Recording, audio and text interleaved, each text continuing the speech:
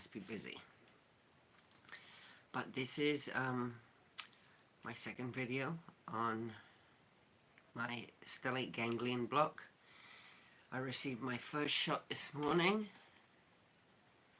I got up nice and early. I was very anxious. And my friend picked me up. We headed on down. She kept my head busy, so I didn't have to think too much about anything. And it was actually really quick.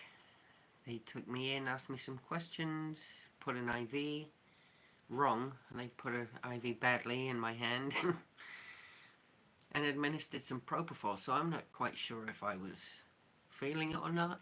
Oh, hello, good morning. Anyway, I do feel groggy, that's for sure, so they got something inside of me. So they kind of put you in this twilight. They don't knock you out completely, you're in a twilight.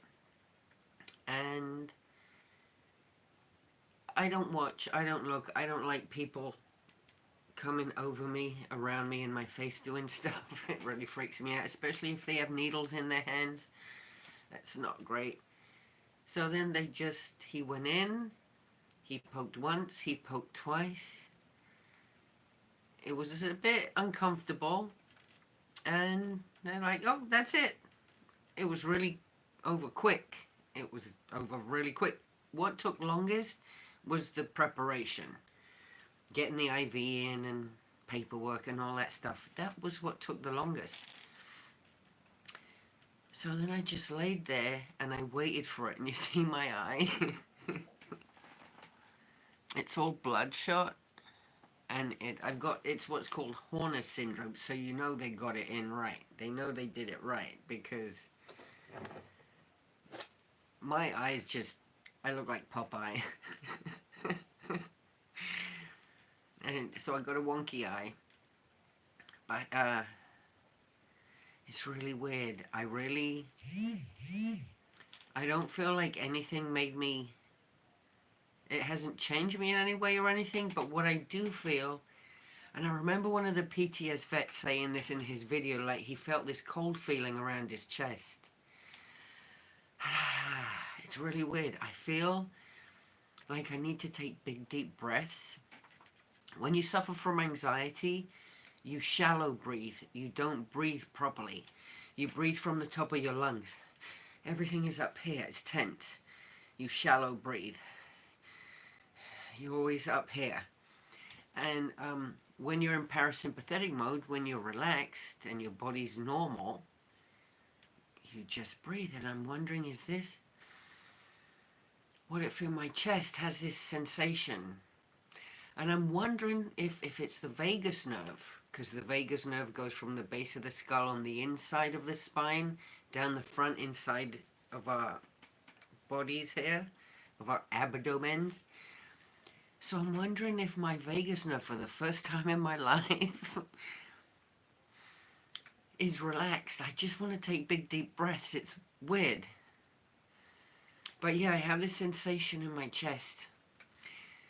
It's kind of pleasant.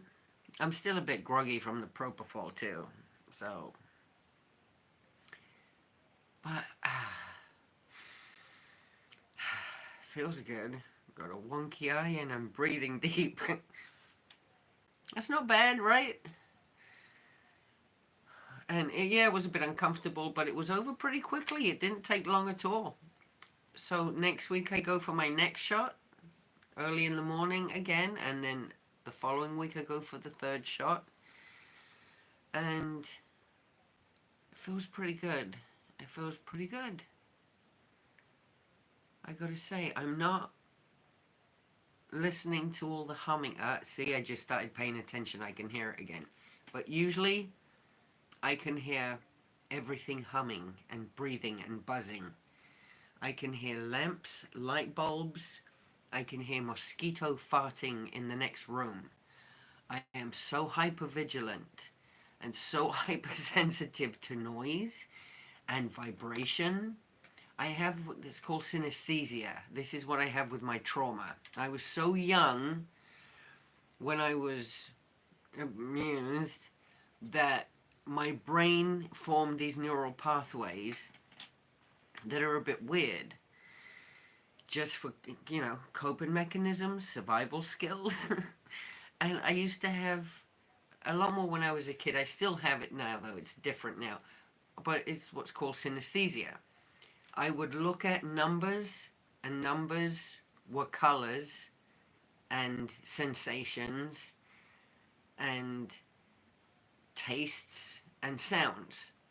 So, like, a 3 was always green, a 5 was always brown, an 8 was always royal blue, 1 is always white, 2 is always red. It just. And feelings I feel in color and shapes. So when I get headaches, it depends what color they are. Now, they could be any color. It just depends of the strength of the color. But it depends if it's a rough or a smooth color. It's really hard to explain. But I have synesthesia, and I don't even know why I started talking about that. But that's from the trauma. So I'm hoping maybe this will settle down some of that, because I feel noise, I feel sounds. I'm very, very sensitive. If someone drops something behind me, I don't just jump and go, oh! My nerves will actually misfire. And I feel like it's what they call pins and needles, but it's not that. It's more like molten lava just being shot out through your body. It's a horrible sensation. I had that right before I left this morning. It gave me one of those. So I'm hoping this will calm that down. I hate that feeling. And it's from stuff going on around me. If I get triggered, or my brain, I don't say I get triggered, my brain does it, the monkey does. When it gets triggered, I can hear everything humming, everything buzzing. The building hums and buzzes. I can hear the laundry room downstairs at 6 o'clock in the morning as if the machine is right next to my bed. I can, oh my God, leaf blowers. Leaf blowers, and I don't have, I hate leaf blowers so much. And in California, they have them banned in a lot of cities, which is wonderful. But here, I live in a retirement community, and they like to keep it nice and pretty, which is lovely. It's beautiful. They do. All the trees and the landscaping is gorgeous. But these mofos start at 7 a.m. There's 7 to 10 of them, all in a circle, blowing leaves towards each other. 7 to 10 leaf blowers at a time. Okay, well, for my little PTS brain, being woken up with that much noise and vibration, it sends me into, I don't know why. And like I said, I could sit there in a corner in a fetal position just crying for 45 minutes and shaking. And I'm sitting there going, I don't know why I'm crying right now. I don't know why my body's doing this. I just want to get up and have a cup of tea. But all I can do is sit there like frozen. I'm frozen. I can't move. It's just the weirdest. So I'm hoping these shots will have an effect on that kind of stuff. I just want to be normal. I just want to live life. Now, I don't know what normal is. I grew up in a very dysfunctional family. So normal to me, this is normal to me.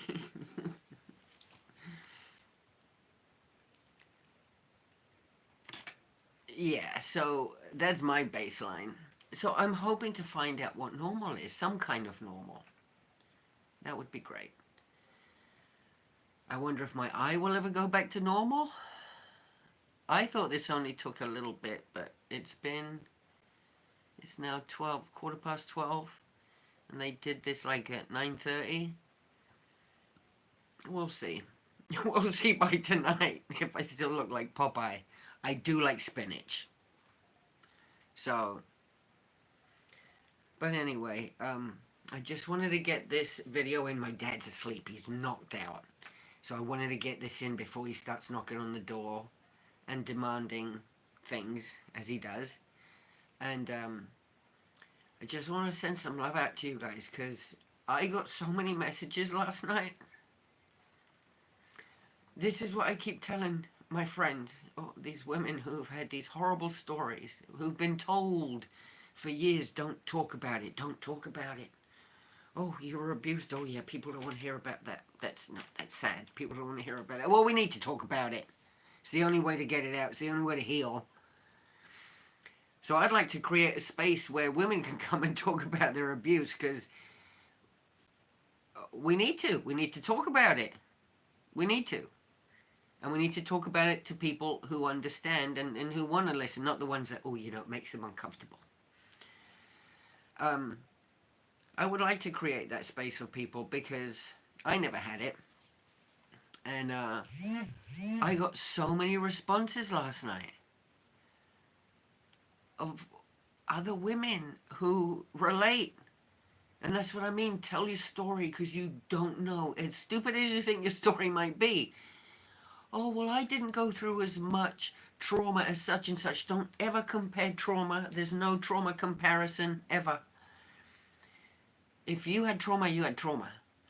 And whatever your story is, tell it, because you are going to help someone. All of a sudden, someone is going to go, oh, holy shit, on a stick. That, I get that. I totally understand that. Oh my God. And you make them feel better. Do you know how good that is? That's clearing the planet. That's helping society, community, our sisters. That's helping the world. That's getting something done. And we don't have to wear stupid... Did I just say that? Well, we wear better costumes than they wear. How's that?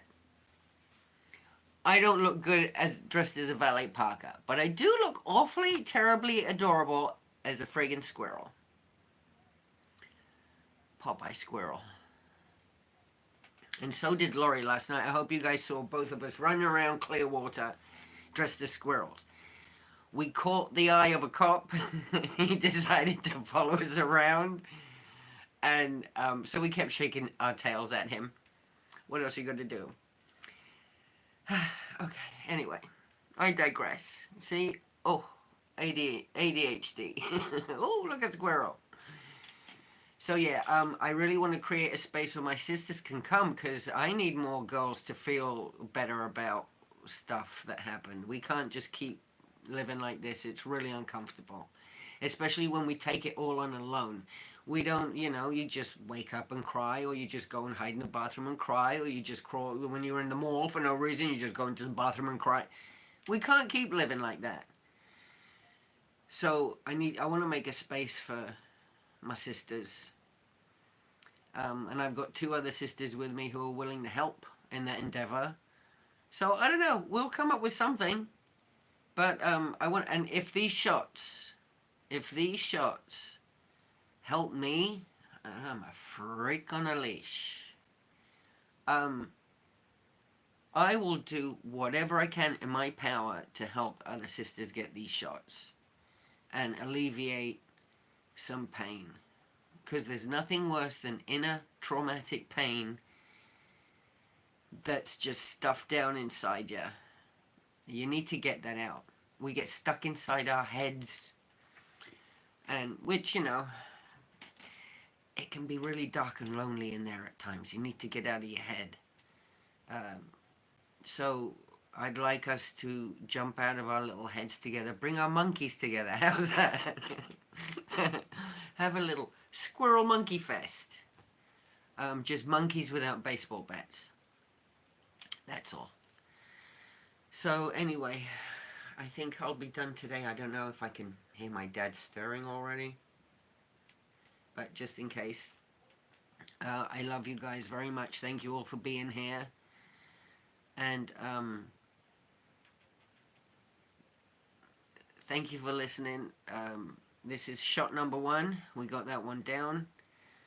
I feel very brave. I feel like I should go out and buy myself a lollipop or something, because I did really well. And looking forward to the next 2.